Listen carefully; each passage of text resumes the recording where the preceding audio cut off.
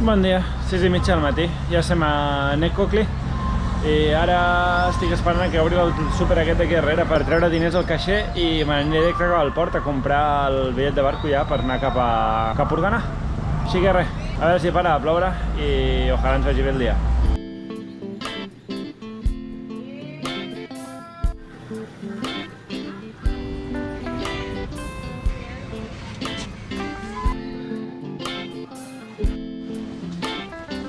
Vale, doncs ja he tret diners, també he comprat una mica de menjar d'emergència i ara me'n vaig cap al port per comprar el bitllet de barco i sortir cap al nord.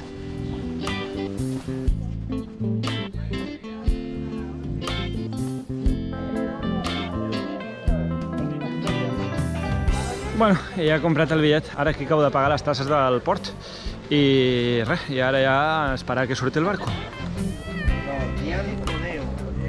Bueno, i aprofito ara l'estona d'espera per explicar-vos i és que ara estic creuant cap a Panamà. Estic a la ciutat aquesta d'aquí baix de Necoclí i llavors ara creuarem barco tot recte cap amunt fins a la ciutat de Urgana. Allà haig de creuar, diguéssim, haig de trobar la forma de creuar. I bueno, la veritat és que aquesta frontera és una mica controversial perquè és l'única forma de creuar per terra cap a dalt, diguéssim cap a Nord-Amèrica. Doncs molta gent de Sud-amèrica la utilitza per creuar, el que passa que jo la faré legalment, ells per desgràcia l'han de fer legalment perquè no els deixen entrar. Així que suposo que en aquest barco amb mi hi haurà gent que intentarà viatjar il·legal i intentarà creuar el Darien Gap il·legalment, que per qui no ho sàpiga és un tros de selva que no hi ha cap carretera, no hi ha res i està ple de càrtel i de màfia de drogues. Llavors la gent paga per creuar per allà caminant durant 7 dies i molta gent, per desgràcia, acaba morta. Si els enganxen per dintre i no han pagat les tasses al càrtel, els maten. Llavors jo ho faré la forma una mica més segura, que és fer-ho per la costa. I res, ara haig de trobar la forma, no en tinc ni idea. O sigui, jo me n'estic anant al poble i allà començaré a preguntar a veure com arribar a Panamà. Jo sellaré el passaport i res, a buscar-ho. No sé si arribaré avui, si arribaré demà, si arribaré demà passat. Per això he comprat menjar d'emergència i a l'aventura.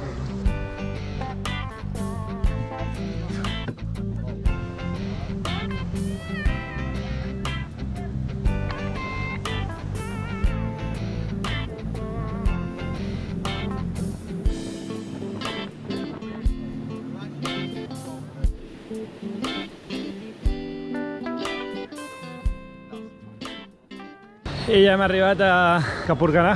Ara vaig a buscar a veure si tinc transport per anar-me cap a Panamà o m'haig d'esperar demà. Pues res, canvi de plans. Estava preguntant quin és el pròxim barco per anar-me'n a Puerto Bladia perquè demà vull pujar cap a Ciutat de Panamà, però només surt el barco a les 8, llavors jo ja no estic a temps i hauria de fer demà, però m'han dit que no hi ha cap barco a primera hora, així que haig d'anar a dormir allà. Llavors ara havia de preguntar com creuar la frontera i es veu que res, has d'esperar que hi hagi un barco que va allà amb les mercaderies o el que sigui. Així que m'han dit que surto una mitja hora, no em vull arriscar que no hi hagi cap altre i quedar-me aquí encallat 2 dies. Així que ara faré això i me n'aniré cap al port. Agafaré aquest barco i que em creuen ja a Panamà. Vaig a marcar la sortida al meu passaport i a veure si ho aconseguim. 2 hours later. S'ha llegat la sortida i ara ens anem cap a Puerto Bladia. Al final estan tardant més en sortir, així que crec que vaig a dinar i tornaré al port a veure si sortim ja, perquè no sé. Aquí sortíem ja i al final estan allà carregant coses i movent barcos amunt i avall, així que no sé quan sortirà. Doncs he acabat de dinar, m'he agafat un gelat de postres i ara estic tornant cap al port a veure si sortim ja. Doncs porto 1 hora i mitja esperant un altre cop i no sortim. Sembla que ara estan carregant el barco, però no sé quan sortirem. Déu meu, això és més lent.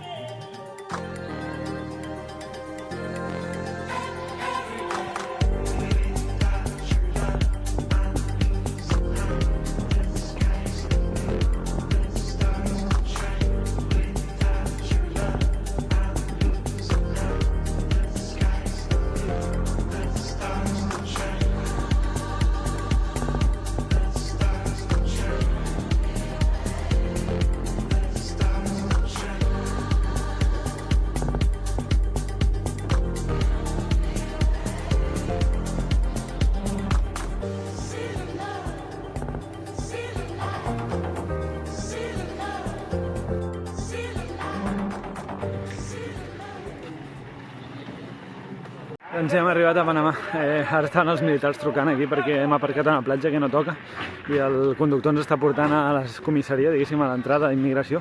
però no sé, militars no sembla que els hi fes molta gràcia.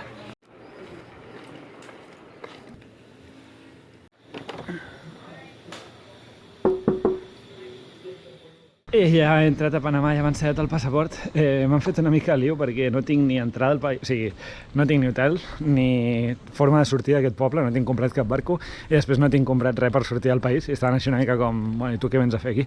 Però bueno, al final m'han cregut, o, bueno, és la veritat, però i m'han ensenyat el passaport, ara ja m'han deixat sortir i ara vaig a buscar un lloc on quedar-me i a veure què, fa molta calor aquest poble, no entenc. Fa molta més calor que a Colòmbia, que està just aquí darrere. Few moments later. Doncs ja he fet check-in al hostel, la veritat és que està prou bé. Tinc habitació privada per $10. He aconseguit aquest preu perquè ho sabia per internet, però si no em anaven a cobrar 15. I mireu quines vistes. Ara crec que me'n vaig directe cap a l'aigua, cap al mar, a banyar-me, que ho tinc ben merescut, i després us explico una mica més. I can feel the ice around me, kill the buzz I need.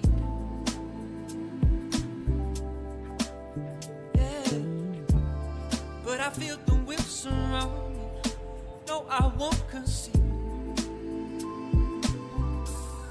And I must have done something wrong. Kept you around for way too long. Am I in need of something from you?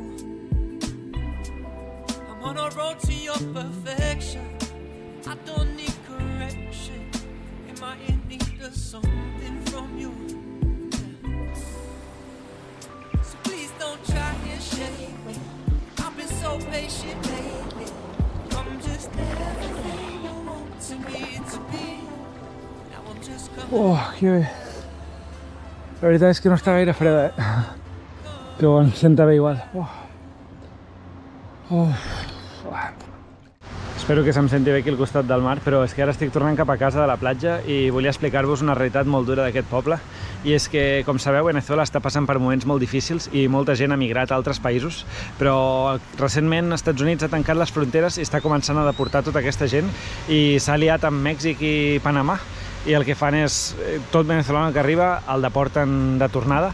Llavors, en aquest poble arriben centenars de veneçolans cada dia on venen des de diversos llocs de tot Centroamèrica deportats cap a Colòmbia o al seu país. I és que ara tornant he vist que hi havia una tenda de Metges del Món aquí enmig del poble per atendre tota aquesta gent que arriba, perquè heu de pensar que és un viatge molt dur, són moltes hores sota el sol i a més de 35 graus i la gent quan arriba aquí arriba amb insolacions, deshidratada i amb cremades severes. Ara estava parlant aquí amb un metge i m'ha estat explicant que quan arriben aquí no hi ha ningú que els aculli, llavors els que encara els hi queden diners es paguen una habitació d'hotel com la meva, de fet el meu hotel està ple de veneçolans, i els que no tenen la casa acollida on poden pagar $5 per dormir en un matalàs, o els que no els hi queda res de res simplement dormen al terra i allà per esperar el dia següent per seguir sent deportats cap a Colòmbia. És per coses com aquestes que t'adones de la sort que has tingut només per haver nascut on has nascut.